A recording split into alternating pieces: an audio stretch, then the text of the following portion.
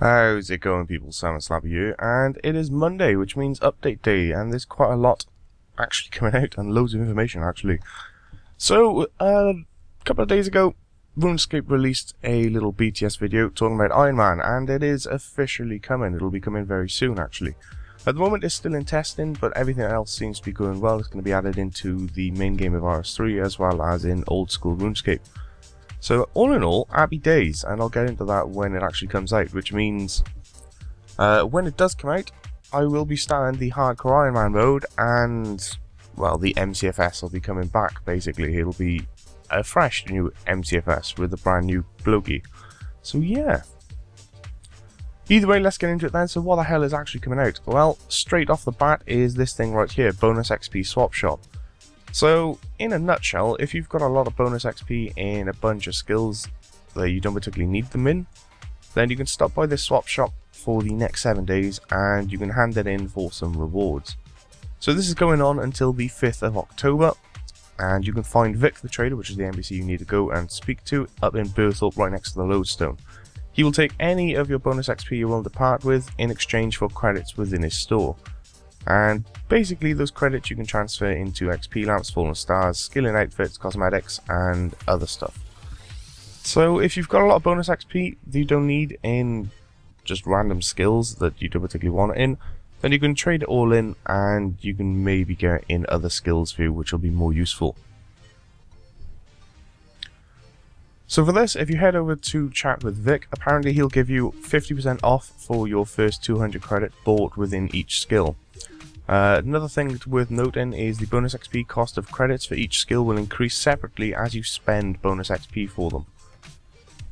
Vic's only accepting bonus XP until the end of October the 5th, so don't delay and make use of it. So there is that, which isn't bad. I will probably make use of that myself now in just a second as soon as I log in. So the other thing is, obviously it is Monday, so you've got like a little BTS, and this is pretty much patch week and a few other things like being able to reset pures and stuff like that. So there's quite a bit here, and the patch notes are fairly big too. So starting off is some fixes for the Rise of the Six. So players are no longer attributed kills or counted for rewards if they stand between the two entry barriers and do not actually participate within the fight. Carol will no longer start his bombing run while still on his platform, and will no longer run back to his original position if attacked by a familiar. The range of Carol's bombardment attack has actually been increased, and the brothers can no longer enrage until Carol has finished his bombing run. Undead versions of the brothers will now be hidden underneath alive versions of the brothers if they are stacked. The Shadow Realm mechanic has also been reworked.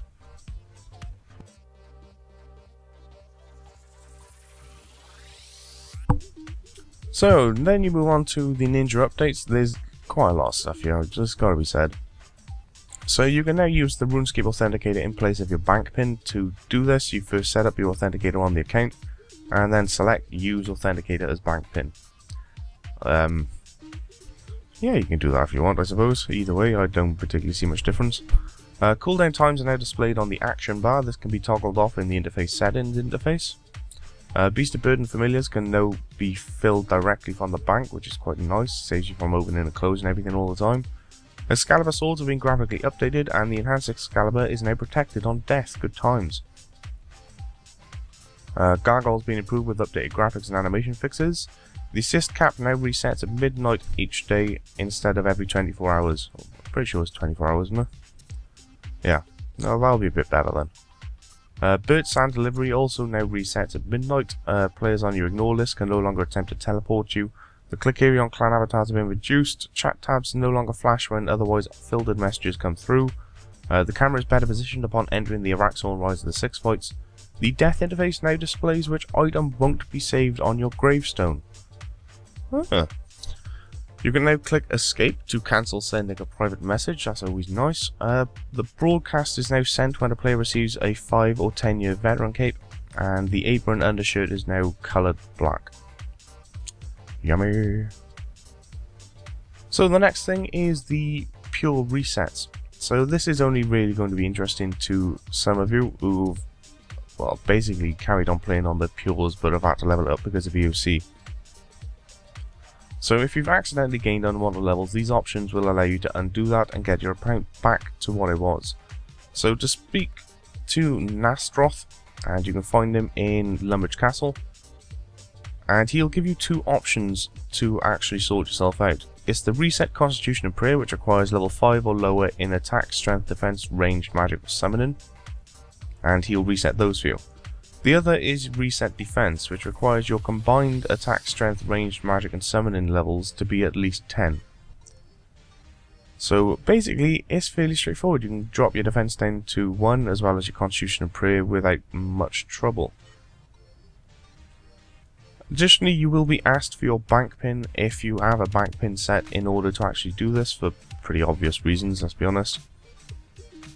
As an additional security feature, you may also ask Nastroth never to allow skill resets on your account, which might be worth doing if you never plan to do it, just in case your account does get stolen, hacked, used, whatever. So yeah, all in all, not bad. Worth of noting is when these are done, any completed quests or tasks that require your previous level or always award XP in a reset skill will become uncompleted, and any rewards for completing them will also be removed. Exceptions for this are the Superior Kaisage, which will revert to a Bandos hilt, and the Imkando Pickaxe, which will revert to a Dragon Pickaxe. Note that if you recomplete a quest or task, any XP lamps or treasure hunter keys will not be re-awarded. Your position on the high scores will be reset accordingly, although there may be a delay before this happens. The XP loss will also be reflected in your clan and may result in reduced high score board position for them too. So yeah. Along with the requirements above, you cannot reset your stats if you've already performed your chosen reset for your account, you've already performed the other reset for your account, you have an item in your worn backpack or beast of burden inventories, and if you have dropped an item or dismissed a familiar in the last 3 minutes, and if you have an item that would be removed by the reset in a keepsake box. So other than that, yeah. So not a lot out at the moment. I mean, you got the pure resets, which is nice if you was a pure and you had to level up some stuff, but that's pretty much it, and the rest is pretty much patches at the moment. There is some more stuff coming. You have the BTS for October, which should be out sometime soon, I do believe, and that'll tell you about like the new Halloween event and things like that are coming out. Should cover Ironman as well. I'm pretty sure there's only a few weeks left of testing for Ironman before it's kind of officially released, so there is that. So let's get into the patches then, is it? So your skills and minigames: Arctic pine logs can no longer be taken into castle walls. Cannons on idle ships in player-owned ports have had their interact options removed. Quests and achievements: players no longer need 99 summoning to be able to toggle off combat daily challenges. The daily challenge for pickpocketing elves has been reworded to make it clear that Privthinus elves do not count towards the challenge. Dungeoneering challenges that have been extended no longer complete after a single floor under certain conditions. Then you move on to fixes for Privthinus, and there's a few here. So players can now reattune crystal seeds into crystal weapon seeds. Players can no longer repeatedly anger Seren to continuously spam other players with a screen shake. The remote farm spell will now work with all farming patches within Privthinus. Items dropped in the Treherne smithing house will no longer float. Players can now destroy Seren memoriam crystals correctly via the bank. Skill chombers can now be used on Seren stones.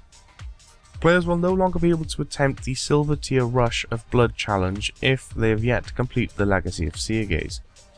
Mining rocks in Privthinus no longer occasionally disappear. That's probably a good thing, let's be honest. The Max Guild Next portal now places the player in a more suitable location. The Araxor portal now correctly places the webbed entrance. God Wars portal now correctly resets the player's kill count upon entry. Runespan portal no longer allows familiars to be taken in. The Glicker portal will now set the Stone of Jazz effect upon entry. And players will no longer receive Prayer Golden Rocks within Daemonheim. Dreadnips may no longer be deployed against Kadan or Isleworth elves. Why? Why can't Dreadnips be used against them? Seems a bit weird. The Crystal Teleport Seed can now be dropped against, once again even. Movran no longer refers to Rush of Blood lasting for 50 minutes instead of 10. Movran will now assign Strike Worm and Jadingo tasks via a Slayer mask correctly. A typo when smelting corrupted ore has been fixed, a typo on the max skill Araxi portal has been corrected, a typo in the overhead message players see when walking past the elf clan leaders, and Orin Ithel is no longer referred to as male when speaking to Earth. Fair enough. And then you go into the miscellaneous stuff. There's a bit here. Players can now cure poison with the unicorn via the heal option on the life points icon and the interact option in the summoning icon. Two-handed and dual-wield magic weapons, or magic damage, is now more consistent when using low-level spells with high-level weapons. The freedom ability will no longer be put on a global cooldown when the player is hit by an interrupt. Scrimshaws of Strength have been renamed to Scrimshaws of Attack, and now require an attack level of 85 rather than Strength. These, as well as the Scrimshaws of Ranging and Magic, now provide accuracy bonus to the relevant combat styles instead of their previously underwhelming damage boost. That is quite interesting, I'll have to check them out. Accuracy is always nice. The Dragon Breath ability will no longer hit targets in between the player target multiple times. The combat mode icon will no longer display in the buff bar in Legacy mode. Messages displayed for the War Priest armor effect now reference the armor alignment rather than the player's allegiance during the Battle of Lumbridge. Disabling buff timers in Legacy will no longer hide them in EOC as well. Familiars will no longer recall when the player is stunned by a Celestial Dragon. Chinchombos will no longer remain Chinchombos will no longer remain in the player's hand if released whilst equipped. A reference to a split bark book has been corrected to split bark orb in the Magic Skill Advanced Guide. The recommended combat level has been updated for the King Black Dragon teleport artifact. Doubloons and ship biscuits can now be converted into coins. The damage buff for Void and Elite Void is now 5% up from 3%. And the accuracy buff for Void and Elite Void is now 3% instead of 1%. The damage buff for Superior Void and Superior Elite Void is now 7%, up from 5%. The 5% extra damage received whilst wearing Void has also been removed. Wow, it's about time. All hybrid pieces of Void have had their armor values dropped by 15 levels to bring them in line with other hybrid gear though. The Void Knight Deflector has been given the full armor contribution for its level. It's now possible to make a superior Void Knight Deflector. The drop rate of the World Event 2 abilities from bosses in the God Wars dungeon has been doubled, and the ability to gain these abilities whilst in Loot Share Group has also been added. The position of the starting Horn Imp is no longer random, and the Grot Worms and Tortured Souls summoned during the QBD fight have had their accuracy updated to better reflect the level of the boss. Kriara has also had his magic and range damage increased slightly to better reflect his level. And last but not least, we have the engine fixes. Support has now been added for the new Ironman feature, happy fucking days. Several server performance optimizations has also taken place, so that code now runs up to 8.5 times faster. Which is probably a good thing, let's be honest. So yeah, probably the major thing in this is the fact that Void has actually been fixed. You know? So yeah, this has been broken for quite a while. I don't know how many of you actually remember, but I made a video on this ages and ages ago where you took a monstrous amount of extra damage and your output basically didn't change. So at least they've removed the extra damage you take, and they've buffed up the damage and accuracy boost from it just ever so slightly, which is probably a good thing. Might have to go and get myself Superior Void now. So either way, they've also buffed QBD, they've buffed Kriara too, so they should be a little bit stronger now with having a little gander at them. But yeah, other than that, it's pretty much just massive patch week, to be honest. Everything is just uber patching. So yeah, there we go then people, that'd be it. That'd be your Monday update. So you should all be informed. The BTS for October should be out soon, so I'll cover that when that's out too. Now you all know what's going on. So yeah, with that said, until next time people, I will catch you all later. Have a good one.